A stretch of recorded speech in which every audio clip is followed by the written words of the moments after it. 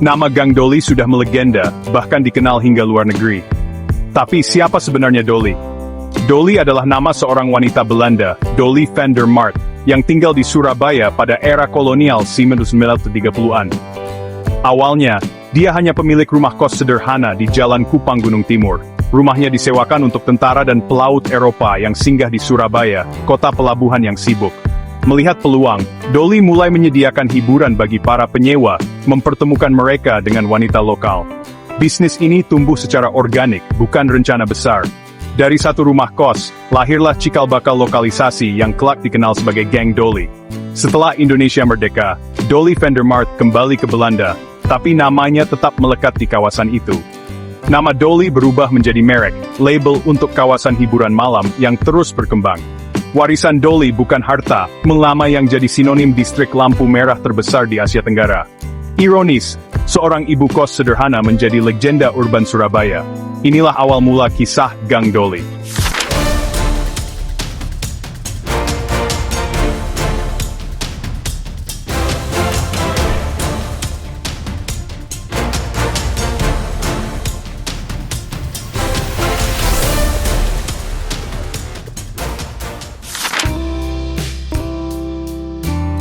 Setelah kepergian Tante Doli, kawasan ini justru berkembang pesat di era Orde Baru. Surabaya jadi magnet pekerja dari seluruh Indonesia, dan kebutuhan hiburan meningkat.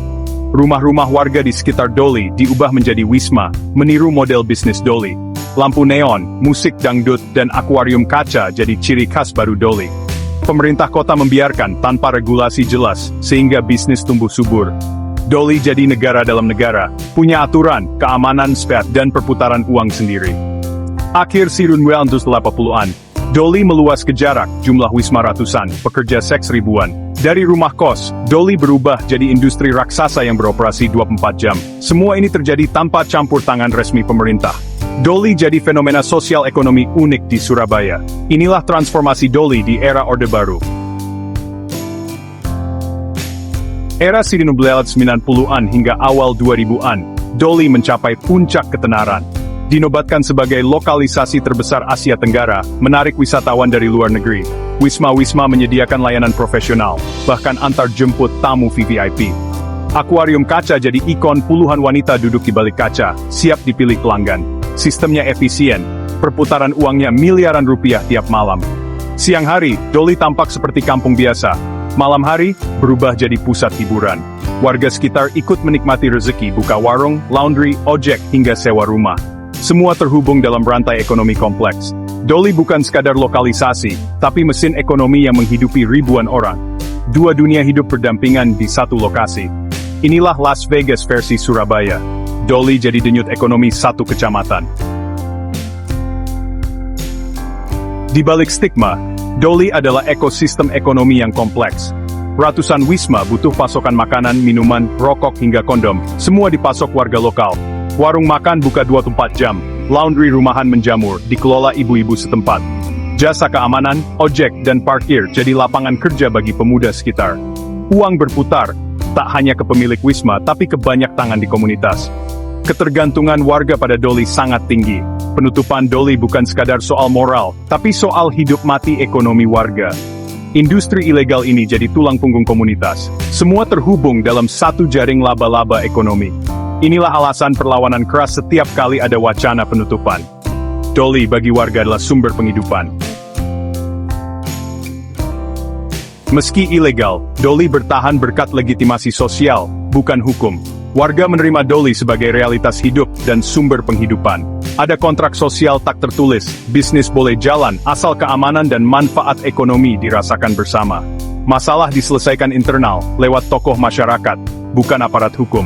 Pemilik wisma berkontribusi pada kegiatan sosial, sumbangan, renovasi masjid, santunan warga. Ini cara membeli restu dan penerimaan masyarakat. Legitimasi Doli tumbuh dari bawah, bukan dari pemerintah. Ketika negara absen, masyarakat ciptakan sistem sendiri untuk bertahan. Doli jadi bukti ekosistem sosial ekonomi yang hidup dari kebutuhan nyata. Fenomena yang sulit dihapus begitu saja. Gang Doli, dulunya pusat lokalisasi terbesar di Surabaya, menyimpan banyak cerita yang tak pernah benar-benar terungkap ke permukaan. Di balik gemerlap lampu neon yang menghiasi lorong-lorong sempit, ada kehidupan yang berjalan dalam bayang-bayang, jauh dari sorotan publik dan perhatian pemerintah. Setiap malam kawasan ini berubah menjadi dunia yang berbeda, di mana tawa dan tangis bercampur menjadi satu, dan harapan seringkali terkubur oleh realitas pahit yang tak terhindarkan. Di sini, perdagangan manusia dan eksploitasi perempuan, bahkan anak di bawah umur, menjadi realitas sehari-hari. Banyak dari mereka terjebak dalam lingkaran setan kemiskinan dan kekerasan, tanpa tahu bagaimana cara keluar dari jerat yang menyesakkan. Premanisme menguasai wilayah, menciptakan ketakutan dan menutup jalan keluar bagi para korban. Para pelaku kekerasan seolah tak tersentuh hukum, membuat para perempuan dan anak-anak semakin terpojok dan tak berdaya. Penyakit menular seksual merebak, menjadi ancaman serius bagi pekerja dan masyarakat luas. Minimnya akses kesehatan dan edukasi membuat masalah ini semakin sulit diatasi, memperparah penderitaan yang sudah ada. Para perempuan hidup dalam tekanan sosial, terjebak stigma dan kehilangan harapan. Mereka kerap dipandang sebelah mata, seolah-olah kesalahan dan beban hidup ini adalah pilihan mereka sendiri. Geng Doli menjadi paradoks, sumber ekonomi besar, tapi juga pusat penderitaan manusia. Banyak keluarga menggantungkan hidup dari denyut ekonomi kawasan ini, meski harus menelan pil pahit kenyataan. Eksploitasi dan kekerasan adalah menu sehari-hari, menjadikan Doli luka menganga di jantung kota. Setiap sudutnya menyimpan kisah pilu yang menunggu untuk didengar dan dipahami. Inilah potret sisi gelap Surabaya yang menuntut perubahan nyata, agar luka di jantung kota ini tak lagi diwariskan ke generasi berikutnya. Kemiskinan adalah akar utama mengapa banyak perempuan terjerumus ke Doli. Minimnya pendidikan dan lapang kerja membuat mereka mudah terjebak janji palsu, utang, atau penipuan. Banyak yang dijanjikan pekerjaan layak, tapi berakhir disekap dan dieksploitasi. Stigma sosial menempel kuat, membuat mereka sulit kembali ke kehidupan normal. Identitas sebagai perempuan Doli membebani mereka dan keluarga, menciptakan lingkaran isolasi. Aber Steinit erweiterte Anzibation melawan beban ekonomi, stigma dan masingan. Tekanan publik dari aktivis, kelompok agama, dan masyarakat sipil semakin hari semakin menguat, menuntut penutupan kawasan Doli yang selama ini sebagai lokalisasi terbesar di Asia Tenggara. Suara penolakan terdengar di berbagai sudut kota, dari jalanan hingga ruang diskusi publik, menandakan keresahan yang meluas di tengah masyarakat. Mereka menyoroti berbagai bentuk eksploitasi, pelanggaran hak asasi manusia, dan dampak sosial yang ditimbulkan oleh keberadaan Doli. Para aktivis menegaskan bahwa perubahan harus segera dilakukan demi masa depan generasi muda dan martabat kota Surabaya. Pemerintah kota Surabaya, di bawah kepemimpinan Tri Risma Harini, akhirnya mengambil langkah tegas pada tahun 2014. Keputusan ini diambil setelah melalui pertimbangan panjang dan dialog dengan berbagai pihak. Meski penuh risiko dan tantangan, penutupan Doli bukan sekadar aksi penyegelan fisik, melainkan juga awal dari perubahan sosial yang besar. Pemerintah berupaya memastikan bahwa proses ini berjalan dengan adil dan manusiawi bagi semua pihak yang terdampak. Setiap pekerja yang terdampak mendapat kompensasi finansial dan akses ke pelatihan keterampilan baru, agar mereka bisa memulai hidup yang lebih baik. Pemerintah juga menyediakan berbagai program pelatihan UMKM untuk mendukung kemandirian ekonomi masyarakat. Program relokasi dan pelatihan ekonomi digulirkan secara bertahap, dengan harapan para mantan pekerja Doli dapat beradaptasi dan mandiri di lingkungan baru. Upaya ini menjadi bagian penting dari transformasi sosial di Surabaya. Penutupan ini menjadi tonggak sejarah yang penuh dinamika karena diwarnai penolakan keras dari sebagian pihak yang selama ini diuntungkan. Ketegangan pun sempat terjadi di lapangan, namun pemerintah tetap berpegang pada komitmen perubahan. Keberanian pemerintah kota Surabaya membuka jalan bagi transformasi kawasan Doli, mengubahnya menjadi lingkungan yang lebih sehat, aman, dan penuh harapan bagi masa depan warganya. Setelah penutupan, wajah Doli perlahan berubah.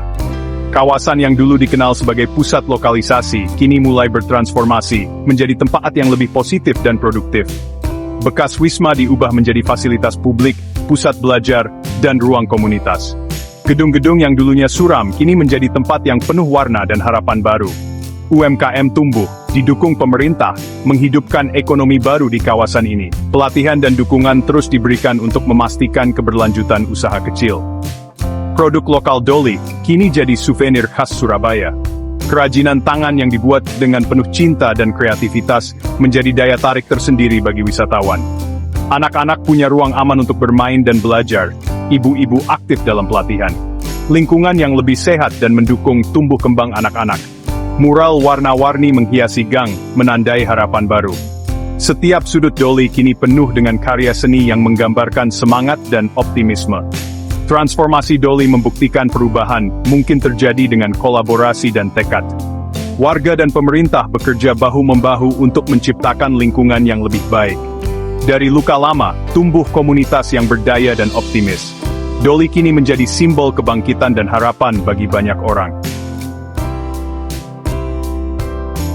Hari ini, Doli bukan lagi sekadar simbol lokalisasi, tapi juga harapan dan perubahan.